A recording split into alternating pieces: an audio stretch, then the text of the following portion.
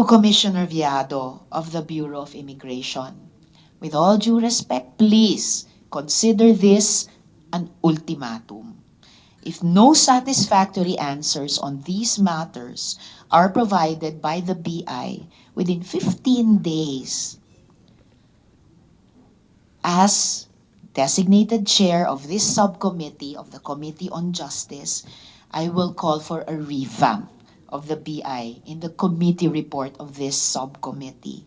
A revamp beginning with the commissioner himself. Napakahalaga po ng trabaho ninyo. Aasahan ko po pa rin, gampanan nyo ito sa lalong madaling panahon.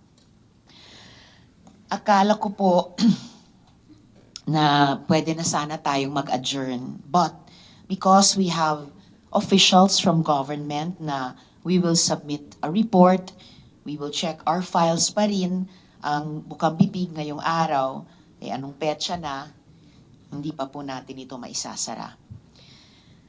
May dagdag ko bago isuspend ang hearing na ito, sana sa ating resumption ay nandito na rin ang mga Pilipino na ngayon nasa border pa rin ng Thailand at Myanmar. So sa lahat ng resource persons, maraming salamat po sa pagdalo at pagdalo niyong muli. This hearing is suspended.